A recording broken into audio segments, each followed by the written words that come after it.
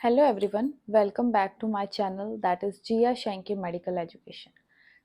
आज का जो हमारा टॉपिक है उसका नाम है फिजियोलॉजी ऑफ बैक्टीरिया। सबसे पहले हम देखते हैं फिजियोलॉजी का मतलब क्या होता है। देखिए, फिजियोलॉजी का मतलब होता है जब हम किसी भी बैक्टीरिया का जो फंक्शन है उसको स्टडी करें एज ए साइंटिफिक तरीके से। जो हमारा बैक्टीरिया है वो किस तरीके से फंक्शन करता है उसको हम स्टडी करते हैं, उसको हम बोलते हैं फिजियोलॉजी ऑफ बैक्टीरिया।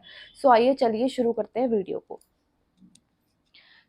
देखिए, अगर हम फिजियोलॉजी ऑफ बैक्टीरिया के बारे में पढ़ रहे हैं तो सबसे पहले हम ये देख लेते हैं जो बैक्टीरिया होता है उसके पास क्या क्या सेल ऑर्गेनेल्स होते हैं, वो किस तरीके से बना होता है। ओके, ये हमारा बैक्टीरिया का स्ट्रक्चर है। अगर हम देखें तो ये जो सबसे पहली वाली लेयर है, इस लेयर को हम बोलते हैं कैप्सूल। ओके, जो सबसे पहली लेयर होती है उस लेयर को हम बोलते हैं कैप्सूल। एंड ये जो ग्रीन वाली है जो सेकंड लेयर है इसको हम बोलते हैं सेल वॉल। सबसे पहले आता है कैप्सूल, उसके बाद होता है सेल वॉल, और जो थर्ड लेयर है that is a red in colour, जो कि सबसे इनर्ट लेयर है, उसको हम बोलते हैं प्लाज्मा मेम्ब्रेन या फिर साइटोप्लाज्मिक मेम्ब्रेन। राइट। ये हमारी लेयर्स के बारे में बात हो गई। सबसे पहले आएगा कैप्सूल, देन हमारे पास आएगा सेल वॉल, एंड देन उसके बाद आएगा हमारे पास प्लाज्मा मेम्ब्रेन जिसको हम साइटोप्लाज्मिक मेम्ब्रेन भी कहते हैं। राइट। उसके बाद देखिए अंदर आ गया हमारे पास सेल ऑर्गेनेल्स। सेल ऑर्गेनेल्स में अगर हम बात करें जो राउंड शेप में, इसको बोलते हैं मीजोजोमस। ओके, एंड ये जो सर्कुलर मोशन में है, जो इरेगुलरली राउंड फॉर्म में है, इसको हम बोलते हैं न्यूक्लियोइड। ओके, इसके अंदर डीएनए होता है। एंड देन उसके बाद देखिए ये जो अंदर का पूरा ही सरफेस जिसके अंदर ऑर्गेनेल्स हैं, ये जो व्हाइट कलर का है, इसको हम बोलते हैं साइटोप्लाज्म। और साइटोप्लाज्म के अंदर होते हैं हमारे सेल ऑर्गेनेल्स। राइट। उसके बाद देखिए ये जो हमारे पास ग्रीन कलर का है इसको हम बोलते हैं पॉलीराइबोसोमस। राइट। एंड ये जो ग्रीन कलर के डॉट्स हैं इनको हम बोलते हैं राइबोसोम्स। ओके, एंड अगर इसकी बात की जाए ये जो ब्लू कलर का राउंड में, इसको बोलते हैं हम प्लाज्मिड। ओके, ऑलमोस्ट कवर है। और देखिए साथ में दो चीजें और है, ये जो रेड कलर का लंबा सा टेल लाइक स्ट्रक्चर है इसको बोलते हैं फ्लैजिलम या फिर फ्लैजिला। फिजियोलॉजी ऑफ बैक्टीरिया में हम ये जितने भी मैंने आपको नाम बताए इन सब का अपने अपने हिसाब से क्या काम है उसके बारे में हम पढ़ेंगे, उसे हम बोलते हैं physiology of bacteria. Basically bacteria काम कैसे करता है, उसके बारे में जब हम पढ़ेंगे तो उस टॉपिक को हम बोलते हैं फिजियोलॉजी ऑफ बैक्टीरिया। ये टॉपिक बहुत ही ज़्यादा इम्पॉर्टेंट है, और एग्ज़ाम में अगर आप इस वीडियो को प्रिपेयर करके जाएंगे तो आपको ऑल फुल मार्क्स मिलेंगे। आइए चलिए शुरू करते हैं वीडियो को। सबसे पहले हम जो सबसे पहली चीज़ है हमारे जो बैक्टीरिया के ऊपर होती है उसको हम बोलते हैं कैप्सूल। कैप्सूल की बात की जाए, capsule secrete sticky gel around the cell wall.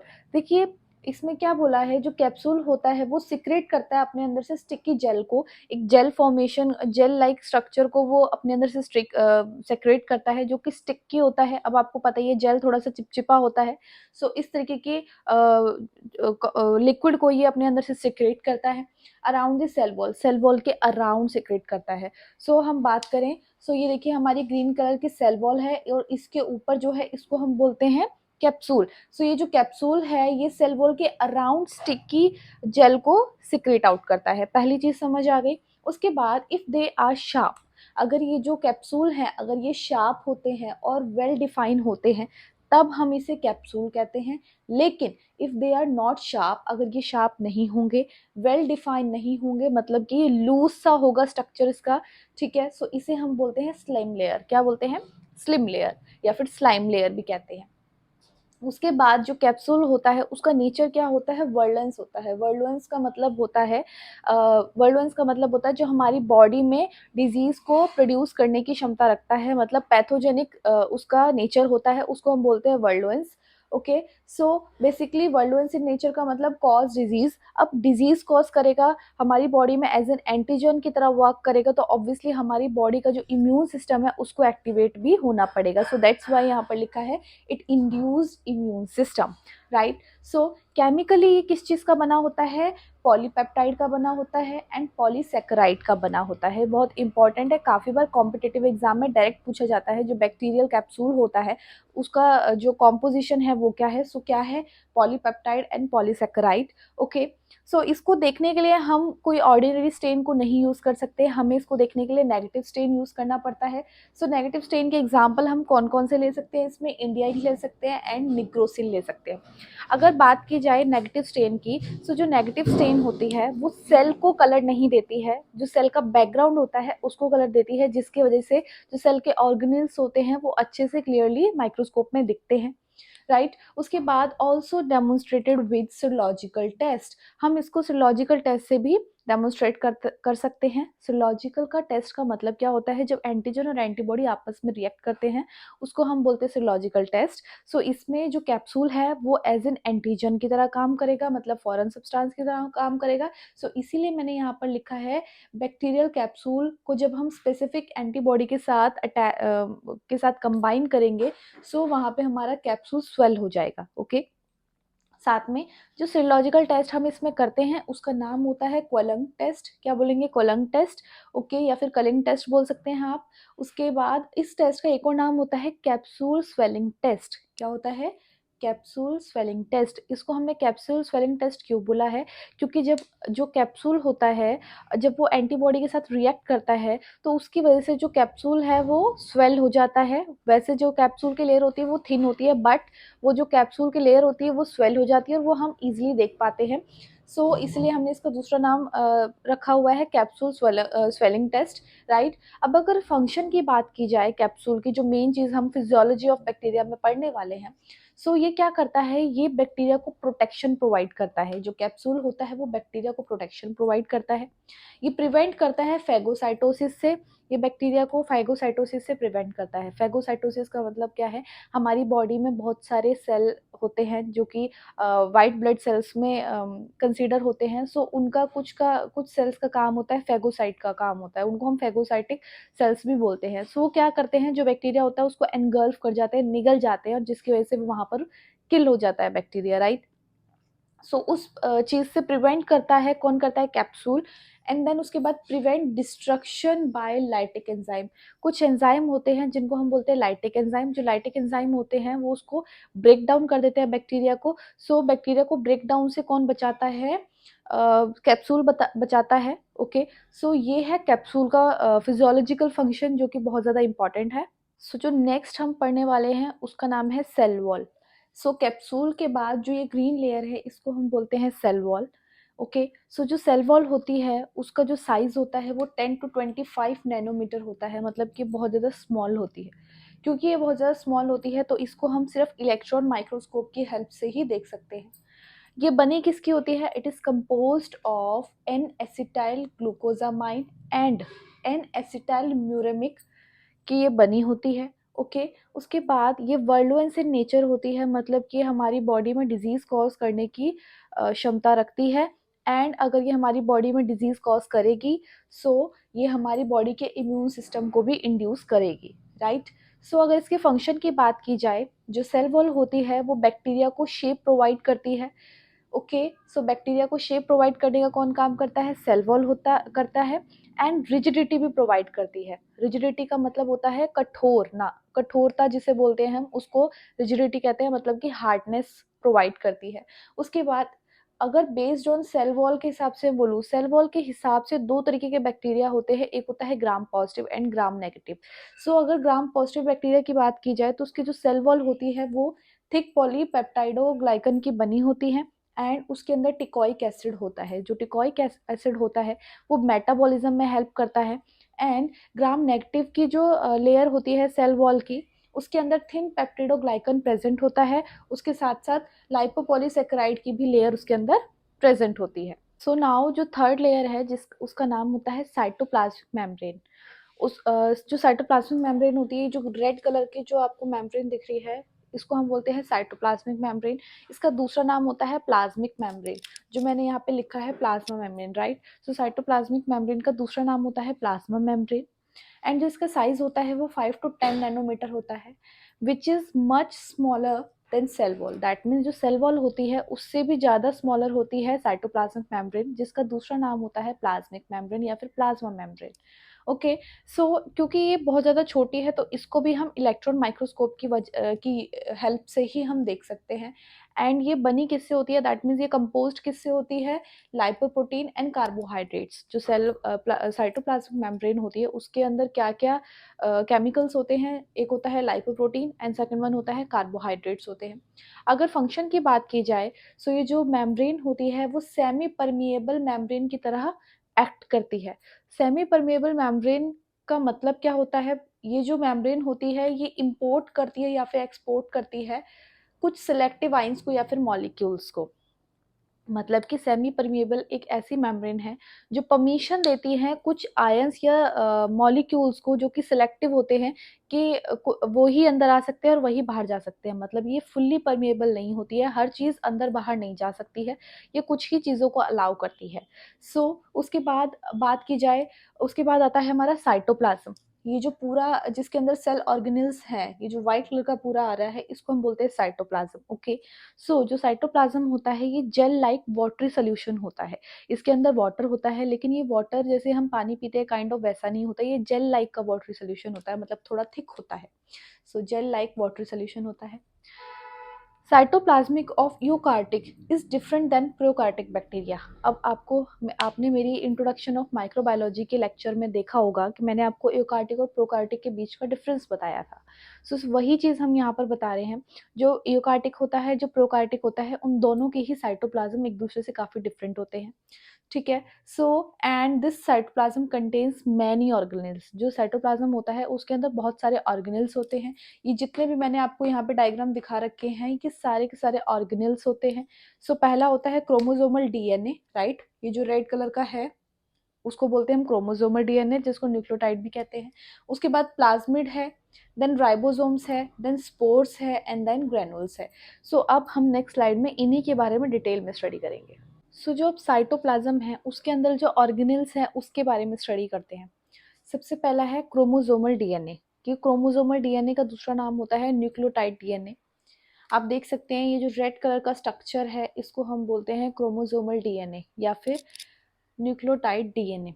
DNA की फुल फॉर्म होती है डीऑक्सी राइबो न्यूक्लिक एसिड, जो कि जेनेटिक कोड होता है किसी भी सेल का।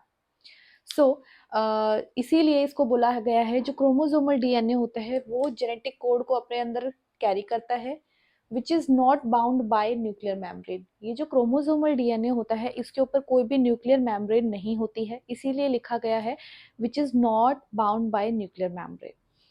ये मल्टीप्लिकेशन होती है, इसकी मल्टीप्लिकेशन होती है कौन से प्रोसेस से होती है, बाइनरी फिजन के थ्रू इसकी मल्टीप्लिकेशन होती है। उसके बाद सेकंड चीज आती है प्लाज्मिड। जो प्लाज्मिड है, ये जो आप ब्लू कलर का राउंड फॉर्म देख रहे हैं इसको हम बोलते हैं प्लाज्मिड। जो प्लाज्मिड होता है इसको हम एक्स्ट्रा न्यूक्लियर जेनेटिक एलिमेंट कहते हैं क्योंकि इसके अंदर भी डीएनए होता है। ओके, एंड ये क्या करता है, जो प्लाज्मिड होता है वो ट्रांसफर करता है जेनेटिक मटेरियल को। जो प्लाज्मिड होता है वो जेनेटिक मटेरियल को ट्रांसफर करता है एक बैक्टीरिया से दूसरे बैक्टीरिया तक। थर्ड वन है मीजोजोमस। ये जो राउंड फॉर्म में है ब्लू कलर का स्ट्रक्चर इसको हम बोलते हैं मीजोजोमस। जो मीजोजोमस होता है ये रेस्पिरेटरी साइट होती है एंजाइम की। जो एंजाइम होते हैं बैक्टीरिया के, कहाँ पर रेस्पिरेशन लेते हैं, कहाँ पर सांस लेते हैं, मीजोजोमस में लेते हैं। एंड ज़्यादातर मीजोजोमस जो प्रेजेंट होता है वो ग्राम पॉजिटिव बैक्टीरिया के अंदर प्रेजेंट होता है, ग्राम नेगेटिव बैक्टीरिया के अंदर नहीं होता इतना मेनली। उसके बाद जो फोर्थ वन है दैट इज अ राइबोसोम्स। आप देख सकते हैं ये जो ग्रीन कलर के छोटे छोटे ग्रैन्युल्स है इसको हम राइबोसोम्स कहते हैं। राइबोसोम्स में क्या होता है, जो प्रोटीन होता है उसका सिंथेसिस होता है। मतलब प्रोटीन कहाँ पर बनता है बैक्टीरिया में, राइबोसोम्स में बनता है, इसीलिए हम इसको बोलते हैं centre of protein synthesis. Fifth one होता है स्पोर्स। देखिए स्पोर्स का मतलब क्या होता है, जो बैक्टीरिया होता है वो दो तरीके का होता है, एक तो होता है वर्लुएंस, एक होता है स्पोर। जो वर्लुएंस होता है, वर्लुएंस बैक्टीरिया कब बनता है, जब उसको फेवरेबल कंडीशंस मिलती है, मतलब जिसमें वो ग्रो हो सकता है, अच्छे से मल्टीप्लाई हो सकता है, उनको हम फेवरेबल कंडीशंस कहते हैं बैक्टीरिया के लिए। उसमें वो अपना एक जो नेचर होता है उसका वर्लुएंस होता है, मतलब कि वो वहाँ पर डिजीज कॉज करने की अपने अंदर क्षमता रखता है। लेकिन जो स्पोर्स होते हैं उससे डिजीज कॉज नहीं होती है, जो स्पोर्स बनते हैं वो अनफेवरेबल कंडीशंस में बनते हैं। लेकिन जैसे ही उन स्पोर्स को कोई भी अनफेवरेबल कंडीशन मिलती है तो वो वहाँ पे वर्डुएंस में चेंज हो जाएंगे। सो ये डिफरेंस होता है वर्डुएंस एंड स्पोर्स के बीच में। सो जब कभी कोई बैक्टीरिया होता है उसको अगर अनफेवरेबल कंडीशंस मिलेंगी तो वो स्पोर्स में चेंज हो जाएगा, राइट, लेकिन वो वहाँ से किल नहीं होता है। जैसे ही उसको फेवरेबल कंडीशन मिली वो वहाँ पे मल्टीप्लिकेशन होनी उसकी स्टार्ट हो जाएगी एंड वो एज अ पैथोजन वर्क करना शुरू कर देगा। सो जो स्पोर्स होता है फॉर्म इन अनफेवरेबल कंडीशंस, ये अनफेवरेबल कंडीशंस में फॉर्म होता है, बनता है। वो अनफेवरेबल कंडीशन कौन कौन सी है होती हैं? अगर हम बैक्टीरिया को हीट प्रोवाइड करते हैं उसके लिए अनफेवरेबल कंडीशन है। डिसइंफेक्टेंट दिया, रेडिएशन दी, सनलाइट दी, उसमें जो बैक्टीरिया होता है वो अनफेवरेबल कंडीशंस की वजह से स्पोर्स में कन्वर्ट होता है। अब स्पोर्स को टोटली किल कैसे किया जा सकता है? उसको हम मॉइस्ट हीट से किल कर सकते हैं। ओके, सो जो मॉइस्ट हीट होती है वो किस के थ्रू दी जाती है? ऑटोक्लेव एक प्रोसीजर होता है जिसके थ्रू हम मॉइस्ट हीट को प्रोवाइड करते हैं। हम ऑटोक्लेव के बारे में दूसरी वीडियो में पढ़ेंगे जिसमें हम स्टरलाइजेशन टॉपिक को टोटली कवर करेंगे। देन उसके बाद हमारा जो लास्ट वन है दैट इज अ ग्रैनुल्स। जो बैक्टीरिया होता है उसके अंदर छोटे छोटे ग्रैनुल्स होते हैं। उन ग्रैनुल्स का क्या काम होता है? जो ग्रैनुल्स होते हैं वो ऐसे ऐसे डॉट लाइक स्ट्रक्चर होते हैं, राइट। सो इन ग्रैनुल्स का क्या काम होता है? इन ग्रैनुल्स के अंदर जो बैक्टीरिया की एनर्जी होती है वो स्टोर होती है। सो इसीलिए हम इन्हें बोलते हैं energy storing granules. And then उसके बाद केमिकली ये जो ग्रैनुल्स होते हैं वो किस चीज़ के बने होते हैं? पॉलीमेटाफॉस्फेट के। किसके? पॉलीमेटाफॉस्फेट। और इसीलिए इन ग्रैनुल्स को देखने के लिए जो हम स्टेन यूज करते हैं उसका नाम होता है मेटाक्रोमेटिक स्टेन। कौन से स्टेन्स यूज करते हैं? मेटाक्रोमेटिक स्टेन, जिसका एग्जाम्पल है Albert stain, right, Albert stain. Then उसके बाद हम अब फ्लैजिला के बारे में पढ़ने वाले हैं। फ्लैजिला कहाँ पर होता है बैक्टीरिया में? ये जो रेड कलर के आपको टेल लाइक स्ट्रक्चर दिख रहे हैं इसको हम बोलते हैं फ्लैजिला या फिर फ्लैजिलम, राइट। सो इन फ्लैजिला का काम क्या होता है और ये किस चीज़ से बने होते हैं वो देखते हैं। बेसिकली ये जो बने होते हैं स्पेशल टाइप के प्रोटीन से बने होते हैं जिसका नाम होता है flagellum protein. So they are composed of flagellum protein. इनका जो नेचर होता है वो एंटीजेनिक नेचर होता है, दैट मीन्स वर्ल्डुएंस नेचर होता है। एंड क्योंकि इनका एंटीजेनिक नेचर है मतलब बॉडी में डिजीज कॉज कर सकते हैं तो हमारे इम्यून सिस्टम को भी इंड्यूस करते हैं ये। So it induce immune response. उसके बाद फंक्शन के बारे में बात करें तो जो फ्लैजिला होता है उसके हेल्प से बैक्टीरिया मूवमेंट करता है, मूव करता है। एंड मूवमेंट को हम दूसरे अगर सिनोनिम में बोलें साइंटिफिक में उसको बोलते हैं लोकोमोशन। क्या बोलेंगे? लोकोमोशन। अब देखिए फ्लैजिला के अरेंजमेंट के हिसाब से बेसिलाई के नाम लिखे गए हैं। अगर कोई बैक्टीरिया के पास फ्लैजिला होता है एंड वो मूवमेंट करता है उसको हम बोलते हैं मोटाइल बैक्टीरिया। एंड जिसके पास नहीं होता उसको बोलते हैं नॉन मोटाइल बैक्टीरिया, राइट।